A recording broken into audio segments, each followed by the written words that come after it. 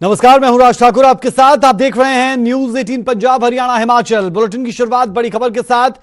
गुरुग्राम में कोरोना का नया धमाका। कोरोना के 48 नए मामले सामने आए हैं। गुरुग्राम में 822 तक पहुंचा कुल आंकड़ा। 4 दिनों में करीब 450 केस आए सामने। गुरुग्राम में कोरोना को कंट्रोल करना बड़ी चुनौती बनता जा रहा है। शुरुआत जब हुई थी कोरोना की तो गुरुग्राम से ही हरियाणा के लिए मुश्किलों का सबब बड़ा था, क्योंकि सीमा वहां से लगती है दिल्ली के साथ, यूपी के साथ। अब ये बड़ी खबर हम आपको बता रहे हैं, जहां पर गुरुग्राम में कोरोना का धमाका सामने आया है। कोरोना के 48 नए मामले सामने आए हैं। जी हां, कोरोना वायरस के कोविड-19 के 48 नए मामले गुरुग्राम से सामने आ रहे हैं। गुरुग्राम में 822 तक पहुंचा है आंकड़ा। ये बड़ी खबर हम दर्शकों को बता रहे हैं। रुक कर रहे हैं गुरुग्राम से संवाददाता धर्मवीर शर्मा का। धर्मवीर, 48 नए मामले गुरुग्राम में। तारीख है 1 जून और कुछ नई गाइडलाइंस के साथ आज बॉर्डर्स भी खुले। क्या अपडेट्स? बिल्कुल, देखिए लगातार गुरुग्राम में जो मामले हैं वो बढ़ते जा रहे हैं। कल भी 97 मामले सामने आए थे और आज अभी तक का जो बुलेटिन आया है उसमें 48 नए मामले हैं। कुल संख्या 822 जा पहुंची है। 3 लोगों की इसमें मौत भी हुई है।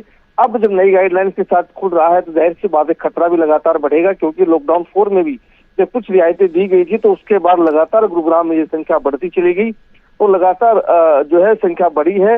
और पिछले 4-5 दिन में ही करीब 500 जो पेशेंट हैं वो सामने आए हैं। तो जाहिर सी बात है कि अब और ज्यादा खुलेगा तो ये खतरा और ज्यादा बढ़ेगा। तो ये एक चिंता का सबब न सिर्फ प्रशासन के लिए है बल्कि लोगों के लिए भी है।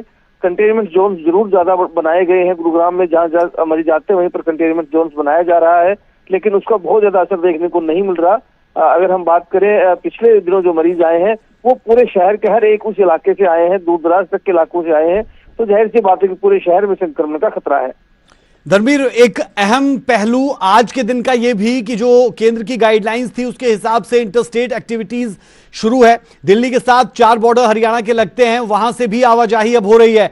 ऐसे में ये मामले और ज्यादा भी बढ़ सकते हैं और गुरुग्राम जो पूरे हरियाणा के लिए मुश्किलें बढ़ा रहा है, तकरीबन आधे केसेस गुरुग्राम से ही है। ऐसे में हरियाणा सरकार के लिए मुश्किल। अब बिल्कुल देखिए, गुरुग्राम सबसे ज्यादा प्रायोरिटी पे था हरियाणा सरकार की, किसी भी तरह से गुरुग्राम को बचाया जाए। और इसीलिए एक बार नहीं बल्कि 2 बार जो है बॉर्डर्स को सील किए गए। अब बॉर्डर्स को खोलने की बात जो है की गई है। हरियाणा सरकार ने कहा है कि बॉर्डर्स को खोला जाएगा, लेकिन दूसरी तरफ अब हरियाणा सरकार ने जो भले ही बॉर्डर खोलने की बात कही हो, लेकिन दिल्ली के सीएम अरविंद केजरीवाल ने ये कहा है कि अगले 1 सप्ताह के लिए दिल्ली से सटे हुए जो बॉर्डर है इनको बंद किया जाएगा। तो स्थिति लगभग लग रहा है कि शायद पहले जैसी दोबारा बन सकती है। लेकिन फिलहाल की अगर मैं बात करूं तो आज ये आवाजाही सामान्य तरीके से हो गई है, लोगों का आना जाना हो गया। और ये आवाजाही अगर ऐसे ही रहती है तो ये बड़ा खतरा बनकर कहीं ना कहीं सामने आने वाला है। आने वाले दिनों में जिस तरह से मरीजों की संख्या बढ़ी है और अगर ये आवाजाही बढ़ेगी तो जाहिर सी बात है खतरा और ज्यादा बढ़ेगा। बेहद शुक्रिया धर्मवीर इस जानकारी के लिए। तो 48 नए मामले गुरुग्राम में जो आज के दिन में सामने आए हैं कोविड-19 के, कोरोना वायरस के, और ये खतरे की घंटी न सिर्फ गुरुग्राम के लिए बल्कि पूरे हरियाणा के लिए, पूरे नॉर्थ इंडिया के लिए कि मामले लगातार सामने आ रहे हैं। बीते 5 दिन में 500 नए मामले, पूरे हरियाणा में नहीं, सिर्फ और सिर्फ गुरुग्राम में। स्थिति को आज समझ लीजिए, भयावह है, जहां पर लगातार नए नए मामले सामने आ रहे हैं। आज के दिन 48 नए मामले। दोपहर का जो कोरोना बुलेटिन सरकार की तरफ से जारी किया गया उसमें ये क्लैरिटी, ये स्पष्टीकरण साफ होता हुआ, स्थिति साफ होती हुई ये स्थिति है कि 48 नए मामले सिर्फ गुरुग्राम में सामने आ चुके हैं।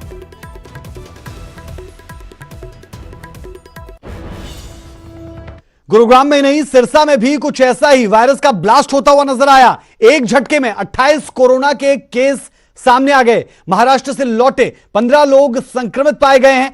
1 पुलिसकर्मी और 4 कैदी भी पॉजिटिव आए हैं। सिरसा में पहली बार इतनी तादाद में मरीज कोविड-19 के पेशेंट्स सामने आए हैं। तो 28 मामले सिरसा में भी सामने आते हुए ये बड़ी और अहम जानकारी हम दर्शकों को दे दें कि सिरसा में भी कोरोना वायरस का ब्लास्ट हुआ है। जहां इसे कोरोना वायरस का ब्लास्ट कहा जा सकता है सिरसा के लिहाज से खास तौर पर, क्योंकि बीते 70 दिनों में अब तक सिरसा में इतने ज्यादा मामले एक साथ सामने नहीं आए। गुरुग्राम में हमने देखा था कि तकरीबन 100 के करीब मामले भी एक दिन में सामने आए, जहां आंकड़ा 1000 को छूने वाला है। लेकिन सिरसा के लिहाज से आप समझिए कि एक ही झटके में 28 कोरोना केस सामने आ गए। इनमें से महाराष्ट्र से लौटे 15 लोग संक्रमित पाए गए हैं। एक पुलिसकर्मी और 4 कैदी भी पॉजिटिव मिले हैं। सिरसा में पहली बार इतने केस सामने आए हैं। आज एकदम से सिरसा जिला में 28 केस पॉजिटिव आए हैं। अगर 28 केसेस का आप आंकलन करें तो उसमें से 15 केस जो हैं वो मुंबई से आए हैं।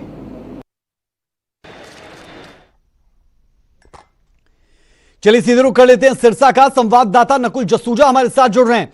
नकुल, आज से कुछ रियायतें दी गई और रियायतों के पहले दिन ही अगर कहें कि 28 मामले सिरसा में सामने आ गए। अब तक इतना बड़ा आंकड़ा सिरसा ने कम से कम नहीं देखा था कोविड-19 के पेशेंट्स का। देखिए बिल्कुल राज, इस तरह की खबर जैसे ही शहर में आई तो कहीं ना कहीं एक हड़कंप मच गया लोगों में, क्योंकि अब तक अगर पूरे लॉकडाउन पीरियड की बात करें तो कुल 15 ही मामले ऐसे थे जो सामने आए थे। लेकिन आज जिस तरह से सुबह जब मेडिकल बुलेटिन जारी हुआ और उसमें 28 लोगों की रिपोर्ट जब पॉजिटिव आई तो कहीं ना कहीं लोग चिंतित हो गए।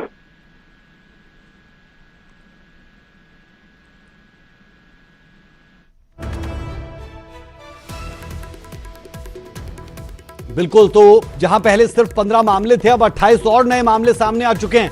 मुश्किलों का सबब तो बड़ा है। बेहद शुक्रिया नकुल इस तमाम जानकारी के लिए। महाराष्ट्र से 15 लोग लौटे थे और सभी के सभी कोरोना पॉजिटिव पाए गए। अगली खबर का रुख कर लेते हैं। हरियाणा में कोरोना का जबरदस्त कहर देखने को मिल रहा है।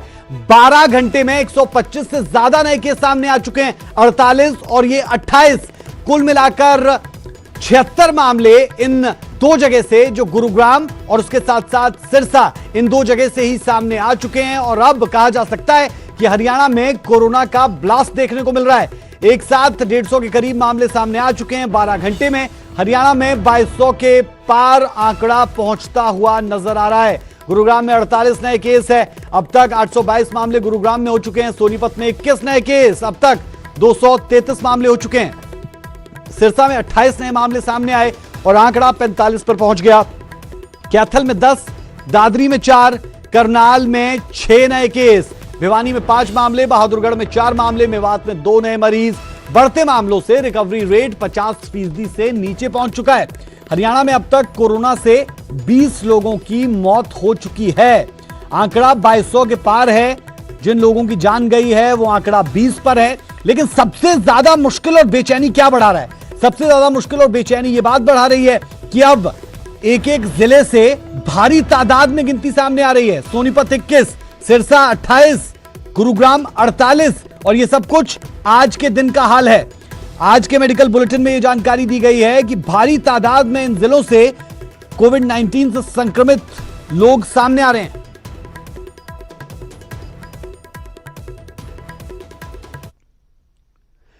और अब खबर हिमाचल से है। हिमाचल में तेजी से बढ़ रहा कोरोना का ग्राफ। चंबा में 3 और नालागढ़ में 2 नए केस सामने आए हैं। हिमाचल में अब तक 333 मामले सामने आए। एक्टिव केस 208 है। 5 की मौत हो चुकी है। प्रदेश में अब तक 116 मरीज ठीक भी हो चुके हैं। ये बड़ी खबर हम आपको बता दें कि हिमाचल में तेजी से कोरोना का ग्राफ बढ़ता हुआ। चंबा में 3 और नालागढ़ में 2 नए केस सामने आए। हिमाचल में अब तक 333 मामले सामने आए हैं। इन 333 में से एक्टिव केसेस कितने हैं? एक्टिव केसेस है 208 और 5 लोग अपनी जान गंवा चुके हैं, जबकि प्रदेश में अब तक 116 मरीज ठीक भी हो चुके हैं।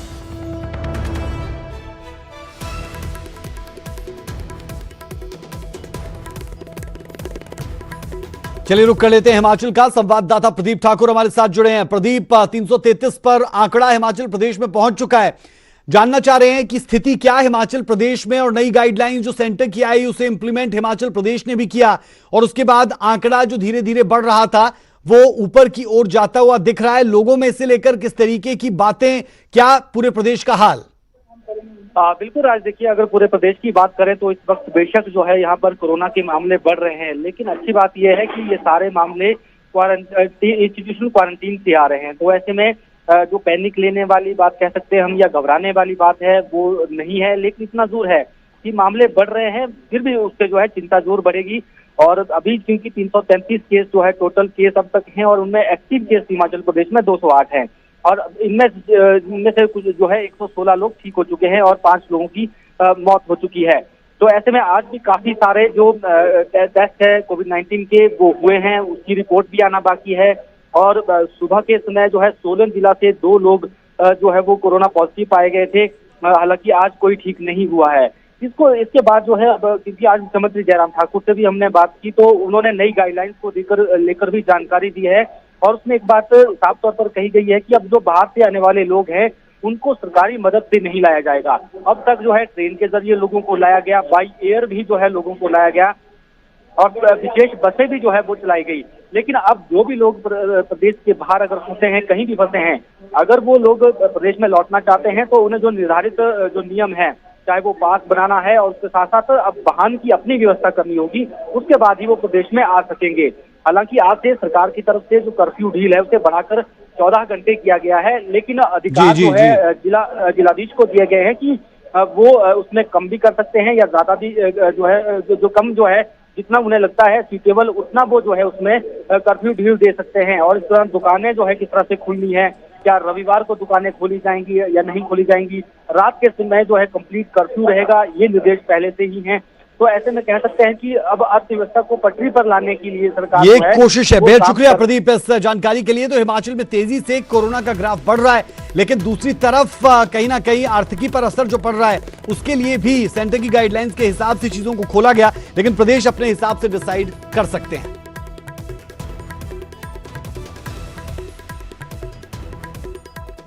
और अब खबर दिल्ली से है। दिल्ली ने अपनी सारी सीमाएं अगले 1 सप्ताह के लिए सील कर दी है। मुख्यमंत्री अरविंद केजरीवाल ने इसका ऐलान किया।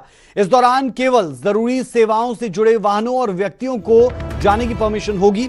सीएम ने दिल्ली की जनता से 2 बिंदुओं पर राय भी मांगी। एक ये कि क्या दिल्ली के बॉर्डर को बंद ही रखा जाए, और दूसरा कि दिल्ली में दूसरे राज्यों के लोगों के इलाज को रोका जाए या नहीं।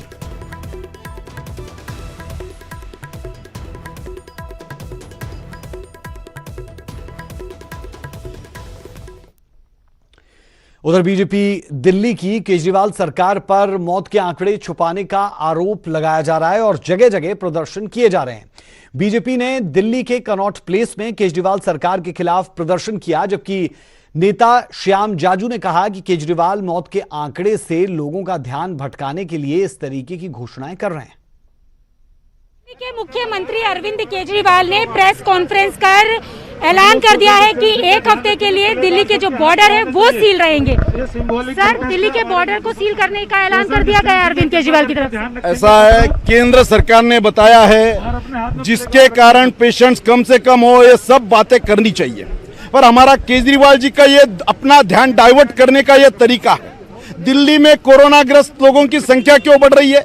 दिल्ली में मौत होने वालों की संख्या क्यों बढ़ रही है? दिल्ली में लोगों तक राशन क्यों नहीं पहुंच रहा है? माइग्रेटेड लेबर्स के इस प्रकार के बेहाल क्यों हुए? दिल्ली में कंस्ट्रक्शन लेबर के अकाउंट में पैसा क्यों नहीं जा रहा है?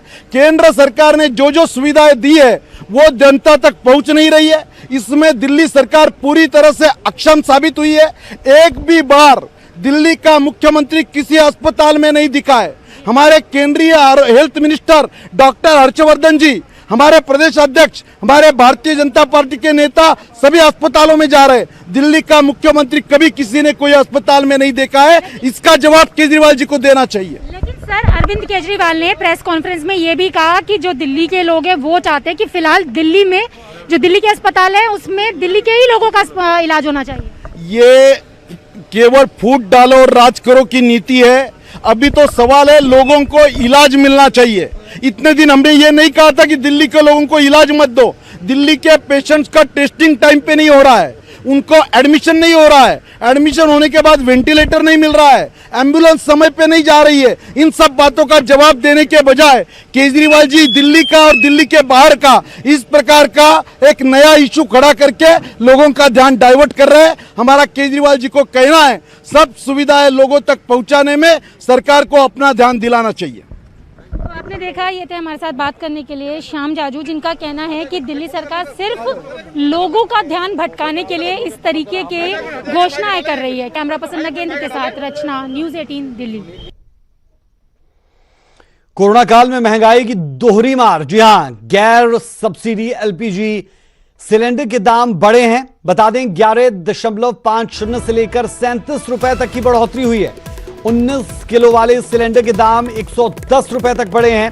विमान ईंधन के दाम भी बढ़े। विमान ईंधन के दाम में 50% तक की बढ़ोतरी हुई। जल्द हवाई सफर महंगा हो सकता है। ये बड़ी और अहम जानकारी हम दर्शकों को दे दें कि जल्द ही हवाई सफर महंगा हो सकता है।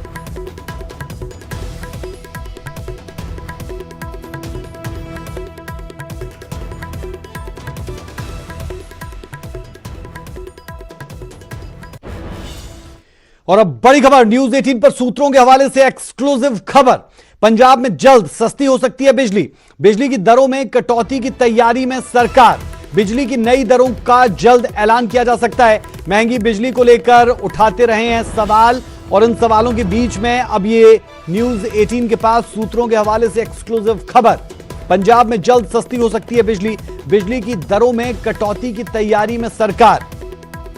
बिजली की नई दरों का जल्द ऐलान भी किया जा सकता है। सूत्रों के हवाले से यह बड़ी और अहम जानकारी।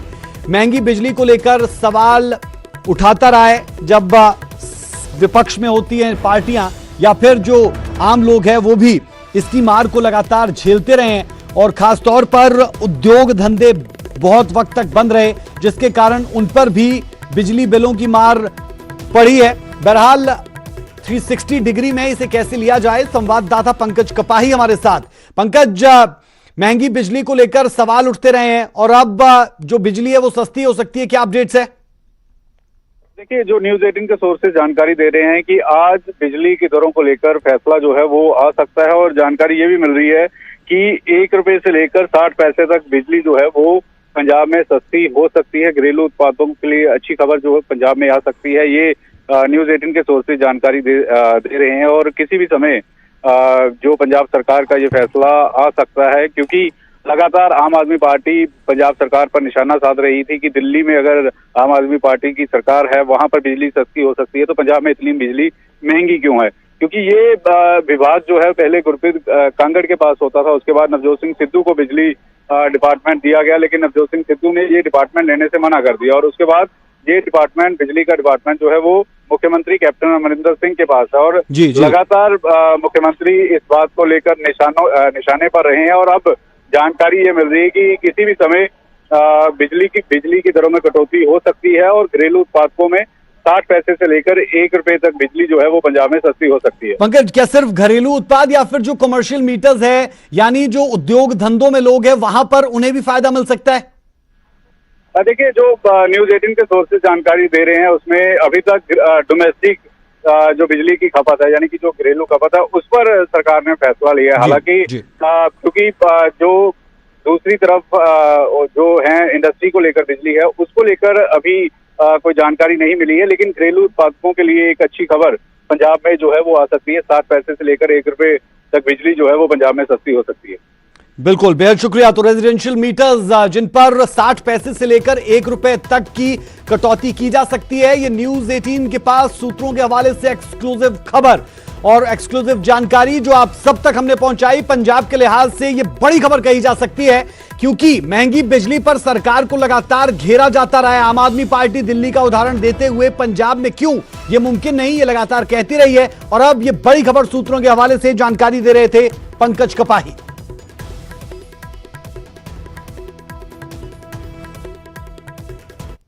लॉकडाउन ने पहले ही किसान की कमर तोड़ दी तो अब बेमौसमी बारिश किसानों की मेहनत पर पानी फेर रही है। ऊपर से प्रशासन की बदइंतजामी जख्मों पर नमक लगाने का काम कर रही है। गोहाना में हुई बारिश ने मंडी प्रशासन की पोल खोलकर रख दी। खुले में पड़ा लाखों क्विंटल गेहूं भीग गया।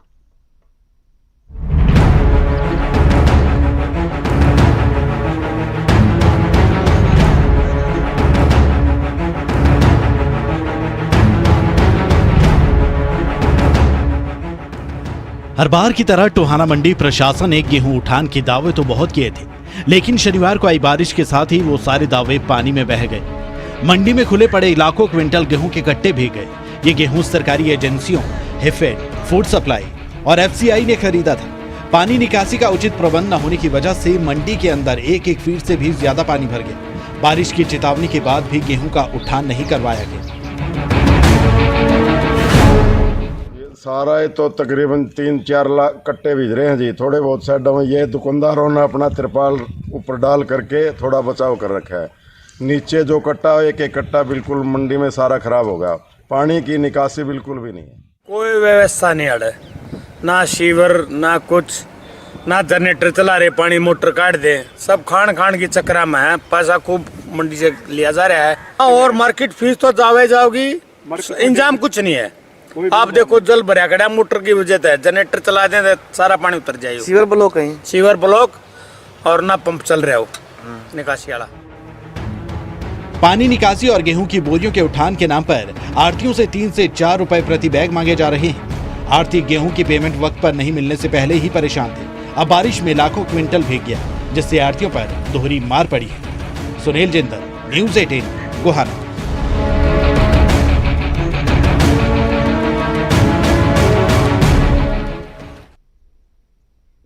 प्रशासन की बदइंतजामी के चलते पलवल और होडल साथ ही नारनौंद की अनाज मंडियों में हजारों क्विंटल गेहूं बारिश में भीगा। बरसात आफत बनकर पूरे तरीके से किसानों पर साफ तौर पर मुश्किल का सबब बढ़ाती हुई नजर आती है।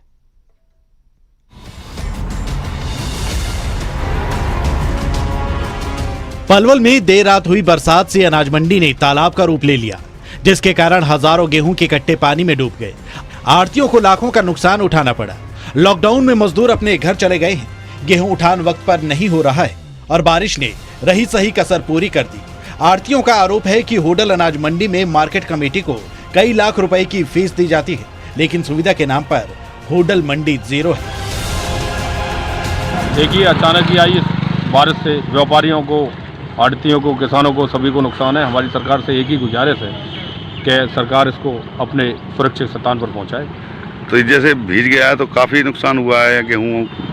हाँ जी, पूरे हरियाणा में ही बरसात का काफ़ी लंबा चौड़ा क्षेत्रफल में हुई है। मैं चाहता हूं कि भाई सरकार इस तरफ ध्यान दे और जो गरीब आदमियों को ये गेहूँ बढ़ता है इसकी सुरक्षित जगह पर पहुँच जाए। तो जैसे ये गेहूँ है, अब ये भीग चुका है पूरा, तो भीगने के बाद में कितना नुकसान आढ़तियों को हुआ है? देखिए, काफ़ी नुकसान आढ़तियों को हुआ है। हम आढ़तियों से भी एक रिक्वेस्ट करेंगे कि वो इसको सुखा के और सही करके सरकार को। कुछ ऐसा ही हाल नारनौंद की अनाज मंडी का था। यहाँ भी हजारों क्विंटल गेहूं बारिश की भेंट चढ़ गया। आढ़ती उठान को लेकर कई बार प्रशासनिक अधिकारियों से गुहार लगा चुके हैं, पर किसी के कानों पर जूं तक नहीं रेंगी। इतनी खराब होगी बारिश में सर, नुकसान है। सबसे बड़ी समस्या है, बार बार बारिश होने के बाद भी सरकार द्वारा ड्रेन का कोई भी सिस्टम ना किया गया है। हर बार जो ड्रेनेज सिस्टम होते हैं, जो गाड़ियाँ आती है, वो ही पानी से निकाला जाता है, जिसमें पूरा पानी निकल नहीं पाता। और गेहूं के कट्टे जो हमने पंखा लगा कर आढ़तियों ने साफ करके भर रखे हैं, उनमें भी गिल्ले हो जाते हैं। अगर पानी की समस्या निवारण हो जाए तो हमारी मंडी में गेहूं साफ आई थी और साफ ही साफ उठ जाती। आढ़ती बारिश से हुए नुकसान की भरपाई की मांग कर रहे हैं। बार बार सरकार प्रशासन की तरफ से सुविधाओं के दावे किए जाते हैं, लेकिन एक बार की बारिश में ही ये दावे पानी की तरह बह जाते हैं।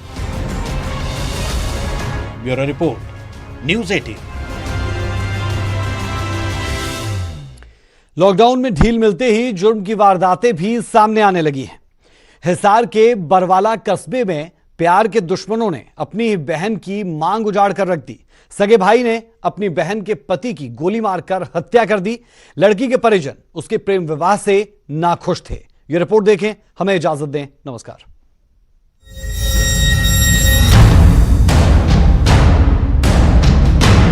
जिस बहन से राखी बंधवाकर उसकी रक्षा की कस्में खाता था, उसी बहन का सुहाग उजाड़ते हुए कलयुगी भाई के हाथ नहीं कांपे।